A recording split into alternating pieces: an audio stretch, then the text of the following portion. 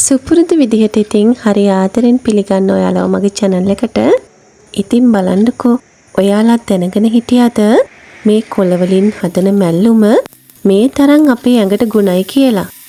ඔයත් දැනගෙන හිටියද මේ කොළ වලට ශරීරයේ තියෙන පිළිකා ශෛල නැති කරන්න හැකියාව තියෙනවා කියලා. ඒ වගේම ප්‍රෙෂර් එක ගානට බැලන්ස් කරන්නත් පුළුවන්. තවත් සමාජයේ සුලභව අපිට අහන්න දකින්න තියෙන දියවැඩි ආරෝග්‍ය පාලනය කිරීමටත් මේ කොළවලට පුළුවන්.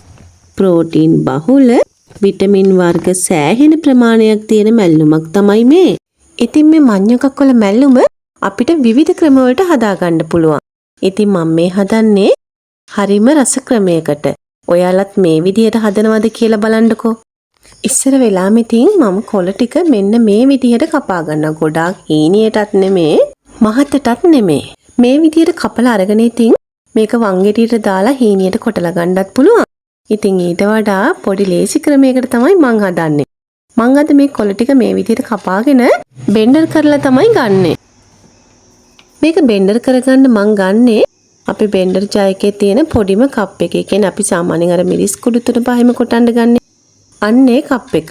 මේක ඉතින් බෙන්ඩර් කරාදී හැබැයි එකපාරෙන්ම නම් බෙන්ඩර් වෙන්නේ නැහැ. මොකද අපි මේකට වතුර පොඩ්ඩක්වත් එකතු කරන්නේ නැතුව තමයි මේක මේව කරගන්නේ.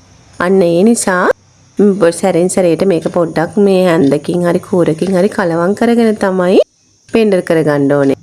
ඉතින් මං කොළ ටික දාගෙන ඉවර වෙලා ඒකට ලුණු කෑලි ටිකක් ඒ වගේම සුදු ලුණු බික් දෙක තුනක් ඒ වගේම තමයි පොල් ටිකකුත් දාගත්තා. ඊට පස්සේ ඉතින් මෙන්න මේ විදිහට මම මේ ටික බෙන්ඩර් කරගත්තා. ඔයාලට පේනවනේ මේක හීනියට දැන් පොලොත් එක්ක මික්ස් වෙලා හොඳට කෙටිලා තියෙන්නේ. ඉතින් ওই විදිහට මම කපාගත්ත කොළ ටික ඔක්කොම හොඳට බෙන්ඩර් කරගත්තා. ඉතින් මම 3 පාරකට තමයි මේ වැඩේ කරගත්තේ. කොළ ටික හොඳට කොටාගෙන මම පැත්තකින් තියාගත්තා. ඉතින් බෙන්ඩරයක් නැති කෙනෙකුට පුළුවන් මේක හීනියට කපාගෙන මේ හදන විදිහටම මේ මැල්ලුම හදාගන්න. ඊළඟට මම වේලිච්ච මිරිස් කරල් 4ක් අරගෙන ඒක මේ වගේ පොඩියට කපාගත්තා. ඊට පස්සේ පුංචි බෝල් එකක් අරගෙන ඒකට වතුර ටිකක් දාලා ලුණු ටිකක් දාගත්තා. දාලා අර කපාගත්ත මිරිස් කෑලි ටික ඒකට දාලා ලුණුත් එක්ක හොඳට කලවම් කරගත්තා. ඉතින් මේ විදිහට මේ මිරිස් ලුණු වතුරේ පොඟවලා අපි මේකට දාගත්තාම හරිම රසයි. ඉතින් ඊළඟට ඉතින් මැටි භාජනයක් ලිපේ තිබ්බා. භාජනේ රත් වෙගෙන එද්දී මම ඒකට පොල් තෙල් මේ සැඳි එකමාරක් විතර එකතු කරා. ඉතින් තෙල් ටිකක් රත් වෙගෙන එද්දී මම ඒකට අබ ටිකක් එකතු කරා. සාමාන්‍යයෙන් තේ හැන්දක් විතර අප ටික ඉතින් පොඩ්ඩක් කලවම් කරලා පුපුරගෙන වගේ එද්දී මම ඒකට හීනියට කපාගත්ත සුදු ලුණු බික් 4ක් විතර එකතු කරා. ඒ වගේම හීනියට කපාගත්ත ලොකු ලුණු බෑවා අම්මිරිස් කරල් 3-4කුත් එකතු කරා. ඒ වගේම සූදුරු බොහොම ඇඹිත්තක් ඇඟිලි තුඩට වගේ අරගෙන එකතු කරා. උළුවලට 5-6ක්. ඒ වගේම කහ කුඩු චුට්ටක්.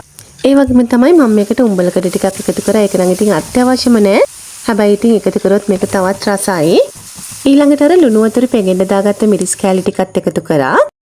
ඊපස්සේ ඒ ටික හොඳට කලවම් කරගෙන කොටාගත්ත කොළ ටික එකතු කරා. එකතු කරලා ඇති පමණට වගේ සාමාන්‍යයෙන් ලුණු ටිකක් එකතු කරා. එකතු කරලා ආයෙ ගාගත්ත පොල් ටිකක් ඉතුරු වෙලා මම මේකට දාගත්තා. ඉතින් පොල් ටිකක් වැඩි පුර දාගත්තට කමක් නැහැ. එතකොට මේක හොඳට කිරි රසට එනවා. දැන් මේක හොඳට කලවම් කරගන්නවා. ඉතින් ලිපේ ගින්දර මේ වෙද්දි කොළ ටික එකතු කරාට පස්සේ ලිපේ ගින්දර අපි ටිකක් අඩු කරගන්න ඕනේ. ඉතින් කොළ ටික එකතු කරගත්තට පස්සේ විනාඩියක් එකමාරක් විතර මේක හොඳට කලවම් කරගෙන අපිට ලිප නිමා ගන්න පුළුවන්. ඉතින් මේ මැල්ලුමක් මෙහෙම හදාගෙන පරිප්පුවක් විතරක් හදාගත්තාම බත් ටිකක් කන්න හොඳටම ඇති. ඉතින් මේ මඤ්ඤොකක්කොළ මැල්ලුම මෙහෙම හැදුවාම මාරම රසයි. ඒ වගේ තමයි ඉතින් ඔයාලා දන්නවා ඇති මේකේ තියෙන ಗುಣ කියලා ඉවර කරන්න බෑ. ඒ තරම් අපේ ශරීරයට මේක පුදුමාකාර ගුණ මැල්ලුමක්. ඉතින් මේ මඤ්ඤොකක්කොළ මැල්ලුම අඩුම සතියට දෙපාරක්වත් ඉතින් අපිට ආහාරයට ගන්න පුළුවන් නම් හොඳයි. මේක හදාගන්නත් ඉතින් ලොකු වෙලාවක් යන්නේ. හරිම ඉක්මනට ඒ වගේම හරිම රසට ඉතින් අපිට මේ මැල්ලුම හදාගන්න පුළුවන්. ඉතින් මේ මඤ්ඤොකක්කොළ විශේෂයෙන්ම සැලකෙන්නේ පිළිකා නාශකයක් ලෙස. ඔයාටත් ඉතින් පුළුවන් ඔයාගේ ආදරණීයයන් වෙනුවෙන් හදලා දෙන්න. එහෙනම් ඉතින් මං ගිහින් එන්නම්. බුදු සරණයි ඔයාලා හැමෝටම.